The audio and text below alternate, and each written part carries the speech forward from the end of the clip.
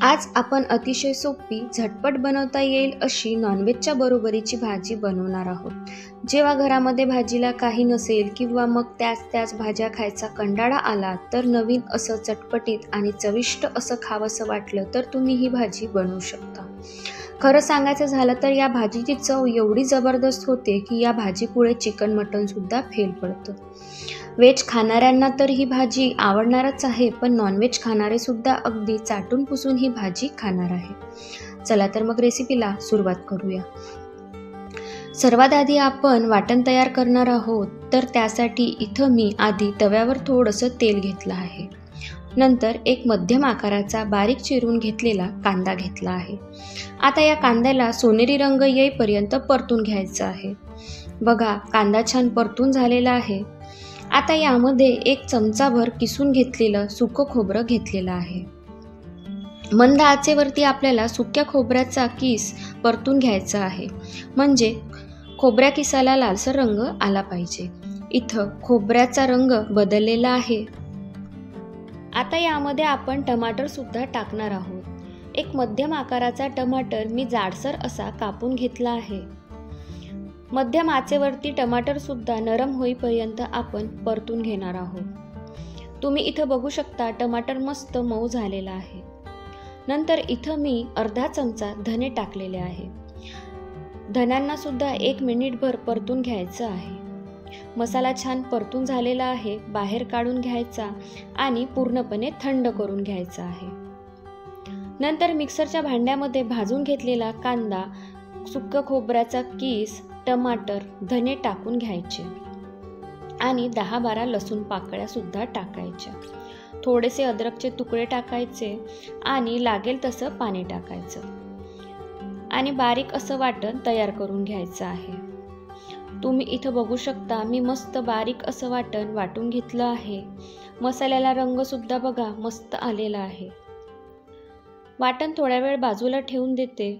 आता इथं मी एका बोलमध्ये 1 वाटी बेसन म्हणजे चणा डाळीचं पीठ घेतलं आहे. इथं मी 3 ते 4 लोकांसाठी भाजी होईल असं प्रमाण सांगितलं आहे. भाजीला चव छान यावी म्हणून अर्धा चमचा बारीक करून घेतलेलं लसूण टाकलेलं आहे. नंतर चवीनुसार मीठ टाकलेलं आहे, म्हणजेच अर्धा चमचा मीठ टाकलं आहे. पाव चमचा हळद टाकली आहे आणि अर्धा चमचा लाल मिरची पावडर टाकलेली आहे. आता हे टाकलेले सर्व जिन्नस एकजीव करून घ्यायचे आहे. सर्व जिन्नस एकजीव करून झाल्यानंतर आपल्याला थोडं थोडं पाणी घेऊन हे बेसन पीठ भिजवून घ्यायचं आहे. इथं बेसन पीठ आपल्याला थोडंसं घट्टच भिजवून घ्यायचं आहे, त्यामुळे पाणी थोडं जपून वापरायचं. तसंही बेसन पीठ भिजवायला पाणी कमीच लागतं. तुम्ही इथं बघू शकता मी घट्ट बेसन पीठ भिजवून घेतलेलं आहे. आता वरनं थोडंसं तेल टाकून घ्यायचं आणि भिजवून घेतलेल्या पिठाला लावून घ्यायचं. यामुळे बेसन पिठाचे तुकडे करून घेताना बेसन पीठ हाताला चिकटून पडणार नाही.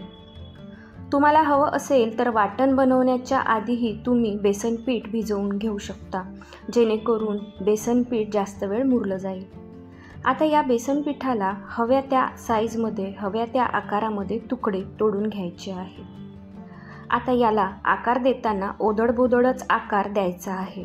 खूप जास्त गोल गरगरीत किंवा परफेक्ट रोल असा बनवायचा नाही. इथं मी सर्व ओदडबोदडच तुकडे तोडून घेतले आहे. आता आपल्याला याला तळून घ्यायचं आहे. त्यासाठी इथं मी तेल गरम करायला ठेवलं होतं. तेल छान कडकडीत गरम झालं की यामध्ये तेलामध्ये मावेल इतके बेसन पिठाचे तुकडे टाकून घ्यायचे आहे. सुरुवातीला 1 मिनिटभर एकाच बाजूनी हे बेसन पिठाचे तुकडे तळून घ्यायचे. नंतर गॅसचा फ्लेम मंद करायचा आणि पलटी करून घ्यायचे. असेच अलटी-पलटी करत मस्त लालसर रंग येईपर्यंत तुकडे तळून घ्यायचे आहे. तुम्ही इथं बघू शकता बेसन पिठाच्या तुकड्यांना सुरेख रंग आलेला आहे. आता याला बाहेर काढून घेते आणि उरलेले सर्व बेसन पिठाचे तुकडे असेच तळून घेते. तेच तेल घेतलेलं आहे, त्यामध्ये वाटून घेतलेलं वाटण टाकलेलं आहे. आता या वाटणाला तेल सुटेपर्यंत परतून घ्यायचं आहे. इथं आपल्याला गॅसचा फ्लेम मध्यमच ठेवायचा आहे आणि मसाल्याला एकसारखं फिरवत राहायचं आहे, म्हणजे मसाला करपणार नाही. इथं हा मसाला जितका छान तेलामध्ये शिजला जाईल तितकीच छान भाजीला चव येईल. तुम्ही इथं बघू शकता मसाल्याचा हळूहळू रंग बदलतोय आणि बाजूनी तेलसुद्धा सुटतंय, म्हणजेच मसाला छान परतला गेला. आता यामध्ये पावडर मसाले टाकायचे आहे. आवडीनुसार लाल मिरची पावडर टाकायची आहे. मी इथं 2 चमचे लाल मिरची पावडर टाकलेली आहे. नंतर अर्धा चमचा चिकन मसाला, पाव चमचा हळद, चवीनुसार मीठ, अर्धा चमचा गरम मसाला.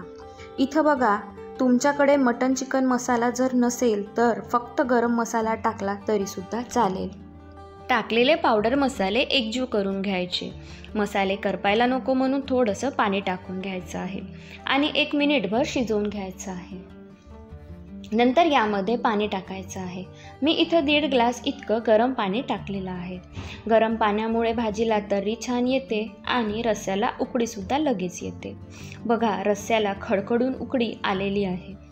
आता इथं थोडीशी असेल तर कसुरी मेथी अशी हातावर चोळून टाकून घ्यायची आणि जर नसेल तर आपण जेव्हा कांदा भाजून घेतो ना, तेव्हा थोडेसे मेथीदाणे भाजून घेतले तरीसुद्धा चालतं. आता यामध्ये आपण तळून घेतलेले बेसन पिठाचे तुकडे टाकून घ्यायचे आहे आणि नंतर लगेच गॅस मंद करायचा आहे आणि झाकण ठेवून रस्स्याला घट्ट होईपर्यंत आणि बेसन पिठाचे तुकडे मऊसूत शिजेपर्यंत आपल्याला शिजवून घ्यायचं आहे. जवळपास 10 ते 12 मिनिटांमध्ये ही भाजी शिजली जाते. तुम्ही इथं बघू शकता, रस्सासुद्धा घट्टसर झालेला आहे. आता इथं सर्वात शेवटी आपल्याला कोथिंबीर टाकून घ्यायची आहे. इथं आपली चिकन मटनच्या चवीची भाजी तयार झाली आहे. ही भाजी चपाती, भाकरी कशासोबतही खा, मस्तच लागेल. मग काय, आजच ही भाजी करून बघा. रेसिपी कशी वाटली ती कमेंटमध्ये नक्की सांगा.